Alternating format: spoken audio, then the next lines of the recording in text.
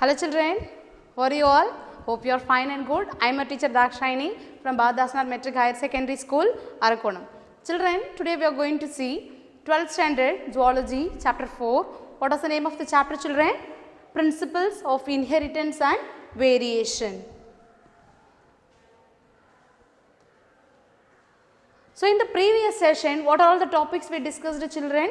Yes, we discussed about the sex-linked inheritance. So, in the sex-linked inheritance, first we discussed about the X-linked disorders. First we discussed about the X-linked inheritance, right?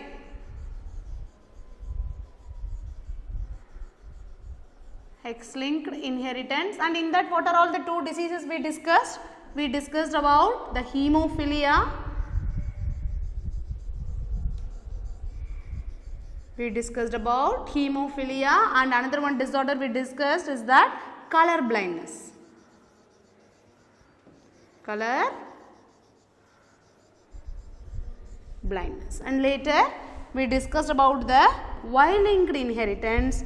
In Y-linked inheritance we discussed hypertrichosis, excess of hairs in the pinna of the ear, hypertrichosis, right. So, these are all the things, these are all the disorders we discussed in the previous session, and in this session we are going to discuss about the chromosomal disorders as well as the karyotyping. So, what is karyotyping, right? What do you mean by karyo, children? Karyo means, you all know, karyo means nucleus, right. So, in a cell what is present? Nucleus is present, and inside the nucleus nucleolus is present and chromatin reticulum is present, right. So, at the time of cell division, these chromosomes, they become a paired structures called as a chromosomes. They occur like this structures, right, chromosomes like this, right. So, the arrangement of the chromosomes from the nucleus, we say it as karyotyping. So, the definition for karyotyping is that it is a technique from which a nucleus is isolated from the cell and the chromosomes are arranged in order. So, the graphical representation, the diagrammatic representation of the chromosomes, we say it as ideogram. They may ask in two more questions, children. What is ideogram? The diagrammatic representation of the chromosomes. And now you are going to see when they will do this karyotyping. And in the process of cell division, there are many stages: prophase, metaphase, anaphase and telophase. So, which stage is ideal for karyotyping, right? The metaphase stage. So, this karyotyping was first studied by Geo and Levin. Geo and Levin in lymphocytes, right? In our blood cells, in the WBC we have lymphocytes, right? Lymphocytes has a nucleus. So, Geo and Levin arranged the chromosomes in the lymphocytes only. So, at the time of cell division, only at the metaphase stage the cell division is arrested. How you will stop the cell division, children? By adding a chemical called colchicine. Just underline in your book, what is a chemical name? Colchicine. Colchicine, it is a chemical. When added, it will stop, it will arrest the cell division at the metaphase stage. You may ask you why we should take in the metaphase stage. We can take in the prophase or we can take in the later stages. But only in the metaphase stages, the chromosomes are arranged in an equatorial line. So, at this stage, it is easy to isolate the chromosomes and arrange it in order. Okay, children. So, what is added? Colchicine is added to arrest the cell division at which stage? Yes, very good. Metaphase stage. Because at the metaphase stage, the chromosomes are arranged in an equatorial plane. So, at this time, the cells are allowed to swell and the chromosomes are separated and arranged in order. And now, we should know what is the use of this karyotyping, right. So, what is the use? by arranging the chromosomes we can determine the sex of the individual. If it possesses XX, we can say it is a female, right? And next XY means we can say the sex as a male. So now we can see the applications of karyotyping. It's an important question, children. They may ask you in exams, what are the applications of karyotyping? So the first application is that sex determination. Sex determination, whether it is a male or a female. Sex is determined using the karyotyping. The another important application is that it is used to find out is there any chromosomal aberrations. Chromosomal aberrations. What I mean by aberrations? Aberrations means disorder, right? During the pairing of chromosomes, some of the chromosomes may be lost. That is deletion or addition, duplication, translocation. There are many chromosomal disorders, children, that also can be studied, can be identified using this karyotyping. And the another important condition is that aneuploidy conditions. Aneuploidy.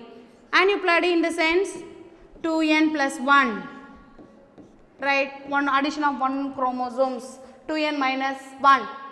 Right, 2n plus 1, 2n minus 2, like this the aneuploidy conditions, the change in the diploid conditions, we can say it as aneuploidy. And the next important application is that by the karyotyping we can study the genetic disorders. We can identify whether the child has any genetic disorders, and if possible it can be prevented. Right, and it is also used to identify the evolution of the species. So far what we studied, children, we discussed about the karyotyping, how karyotyping is done, at what stage, and what are the applications of karyotyping. And now we are going to see about the human karyotype. Right, after separating the chromosomes, right, it is a karyotype of a male, children. Now I will tell you what is that. The chromosomes are arranged in 7 groups. For example, A, B, C, D, E, F and G. Based on the size of the chromosomes and based on their arms, right, based on the length of the arms, we can classify them into 7 groups. So the first group A consists of largest chromosomes, that is chromosome 1, 2 and 3. These 3 chromosomes comes under the group A. So what are the 3, children? 1, 2 and 3. Next we are going to see about the B group. The chromosome 4 and 5. They are classified under the B group.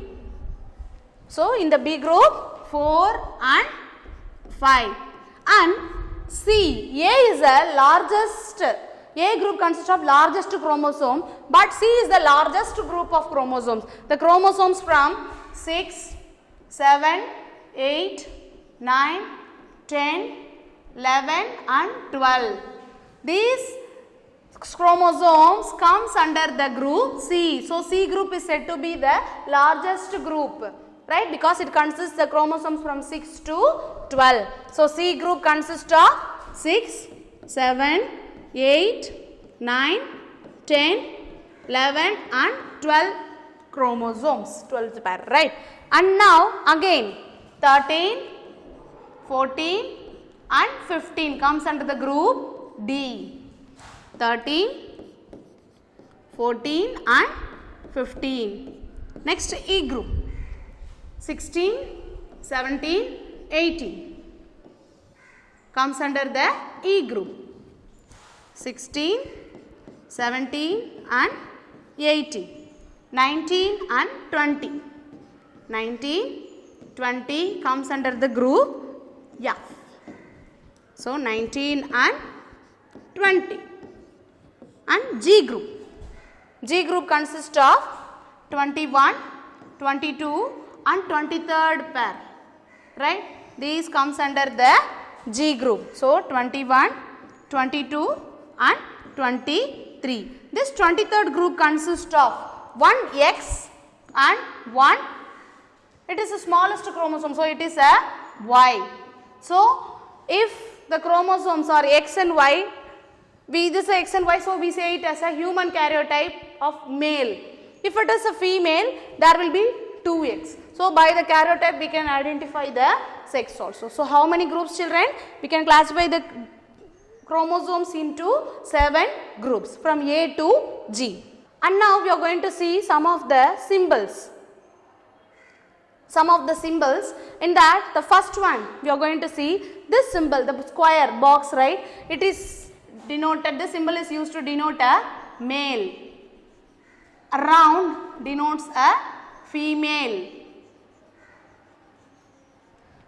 This denotes a mating, that is a male and female mating is denoted by this. And before this we should know what is, where they are using these symbols, right? These symbols are used in pedigree chart. What do you mean by pedigree, children? Pedigree is a family tree. It is used to identify the entire history of a family. So, in the pedigree chart they use the following symbols. So, male, female and the mating between a male and a female. And this symbol, the mating between a male and a female, results in one male and one female. This symbol denotes a children's in order. For example, first male and second one is a female. It may be in reverse also. If first female, what will be the this? Like this we can draw. If first is the female child, we can draw the pedigree chart like this. Or if both are females, we can draw the first child and second child like this. So, it is a pedigree. And next one is that this symbol denotes a dizygotic twins, one male and one female. So, dizygotic twins. So, here monozygotic, if two male, two female and denoted by this symbol as a monozygotic. Monozygotic twins. This one is sex unspecified. So, unspecified we can write like this. And it is a 2. In the box denotes 2 male and number of children. So, if they write 3 in circle, we can say 3 female children, right. Next, this symbol denotes, if it is shaded inside, it denotes the affected individuals. Affected individuals, affected male and affected female. And this, it is a heterozygous, right, heterozygous condition. It is especially autosomal recessive due to the defect in the autosomes, that is a body chromosomes. It is denoted like this, recessive. Next, this is a carrier. This symbol denotes carrier and this symbol denotes death. And this one leads to, denotes, is the symbol used to denote abortion or sex unspecified, right, abortion. And this one we say it as propositus. Propositus means the first individual affected in that generation, we say it as propositus. See here, you can see the second child is affected, right. So, propositus we can say. And last, see the symbol, children, this one double lines with the female. This symbol denotes consanguine marriage. What do you mean by consanguine marriage? Consanguine means marriage between the cousins.